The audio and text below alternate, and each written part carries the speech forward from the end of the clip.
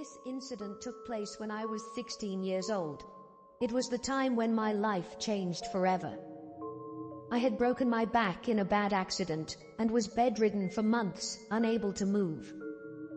The pain was excruciating, but the psychological toll was even worse. Being trapped in a hospital bed, staring at the same four walls day after day. But I was determined to recover and get my life back. As soon as the doctors cleared me, I decided I needed to get out into nature to truly heal my mind and body. My mum agreed that a camping trip down in the beautiful Devon countryside might be just what I needed. She dropped me off at a remote forested area with my tent, some supplies, and a portable charger to keep my phone powered up. I had scoped out what looked like the perfect isolated spot to set up camp. Sure, it seemed to be on private land, but it was getting late, and I didn't want to risk camping too close to a public area. I quickly pitched the tent as darkness fell, cracked open a cider, and fired up YouTube on my phone as I settled in to relax. I was ready for a peaceful night. My eyes were closed and was enjoying my solitude. That's when things took a turn for the sinister. I noticed my phone battery was draining faster than it should, even while charging.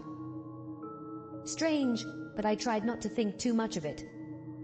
That's when I heard it. The unmistakable sound of heavy footsteps tramping through the underbrush, rapidly getting closer. My heart pounded. It sounded like at least 30 footfalls. Was it an aggressive hiker? Or worse, a property owner with a shotgun? In a panic, I unzipped the tent and stuck my hands up, preparing to face whoever was out there. But there was nothing.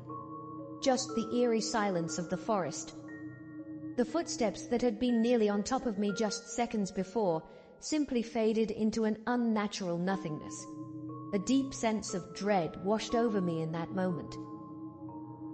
Something was horribly wrong here. I turned my head slowly, my gut telling me I wasn't alone. And that's when I saw it. Barely 20 feet away, unmoving, yet undoubtedly alive. A massive skeletal beast around 5 feet tall, vaguely resembling a hairless, emaciated dog. Its blank face was frozen in a permanent bestial snarl, lips pulled back to expose rows of jagged teeth. I've never felt such primal, wordless terror. Fight or flight didn't even enter into it. I instinctively scrambled backwards into the tent and zipped it up, curling into a tight ball on the floor.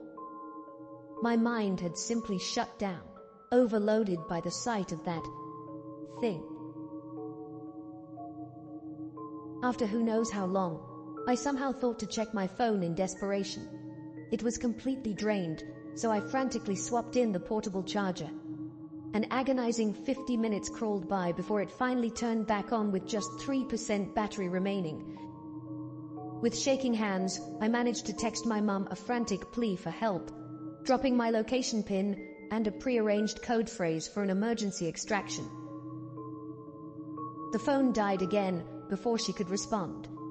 All I could do was hunker down in my sleeping bag and try not to imagine what sort of ungodly abomination was lurking just outside those thin nylon walls. The next few hours passed like a waking nightmare. Every minor sound, a snapping twig, a rustling bush, sent panicked visions through my mind of that towering, bony creature closing in for the kill.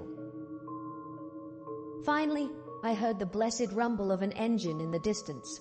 Risking a peek outside, I nearly collapsed with relief at the sight of my mum's car pulling up. I didn't even wait for the code response. I just grabbed my bag and sprinted straight for her open arms, leaving the tent and all my other belongings behind without a second thought. To this day, I have no rational explanation for what I encountered out in those woods. Maybe it was a delirious hallucination or vivid waking dream brought on by stress and fatigue. Maybe it was just an unfortunate trick of light and shadow playing on my already frayed nerves. All I know is that I've never felt such abject primal terror before or since. My body was robbed of all ability for rational thought or action. Only the most basic instincts for self-preservation remained. I'm not generally someone who believes in the supernatural, but that day in Devon will eternally be burned into my psyche as an omen. A warning from the universe that some places are better left undisturbed by human trespassers. If I had pressed on with my ill-fated camping excursion, I shudder to think what other shadowed monstrosities might have surfaced from the murky depths of that ancient woodland.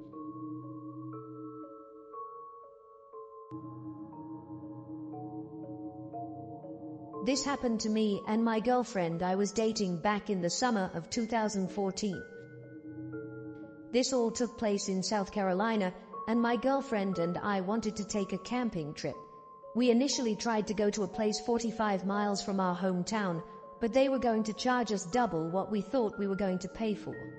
We decided to head back, and it just occurred to me there's a spot in very close to where we live. Now, I will say, it's more boondocking and off-grid. We didn't have to pay for anything, just parked the car and we got out. This place is quite gorgeous. There's a historic bridge and trail, also some of the oldest railroad tracks in the South. We got there before sunset, so we had plenty of time to pitch the tent and set everything up. There were a few cars when we arrived, but they were most likely hikers and would be gone by nightfall. The only thing that made us uncomfortable was a busted up and rusted old white van with no license plate. We both pointed that out, thinking it was weird, but we shrugged it off and started walking to a good place to set camp up. After several hours around 2-3 a.m., following some quality time spent with her and taking in all the nature and then going to sleep, we started to hear this obscure singing and walking around our tent. Anytime you hear commotion that early in the morning, nothing good can happen out of it. I peered my head out the tent to see what was going on. I didn't see anything or anyone, but nonetheless, I didn't want to stay in that area when we both were freaked out. Just because I couldn't see it doesn't mean it's not there. I barely did a decent walk around our tent.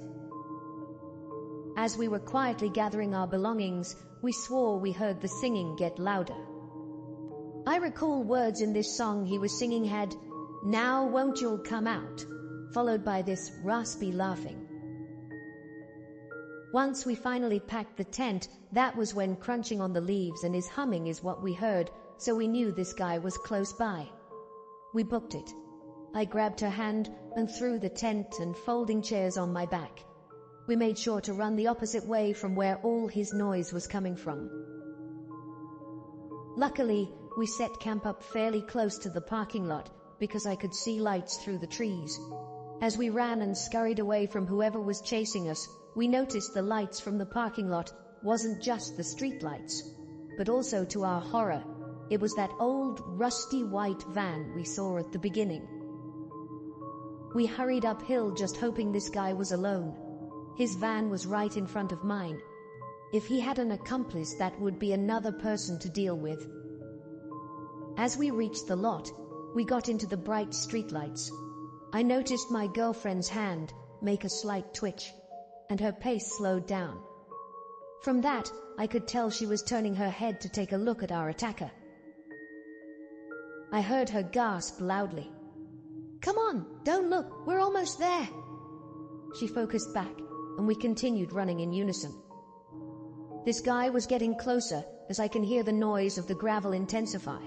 I heard his wheezing and him barking, "Don't y'all think you'll get away?" As we just made it past the van, we split, and I handed her the keys so she could unlock, start the car, and I can throw all the gear in the trunk, and we can make it out of this place. As I frantically laid the camping gear in the back seat and head to the driver's side, that was when my body faced forward for the first time in a while. Every noise this guy was making was close and amplified now.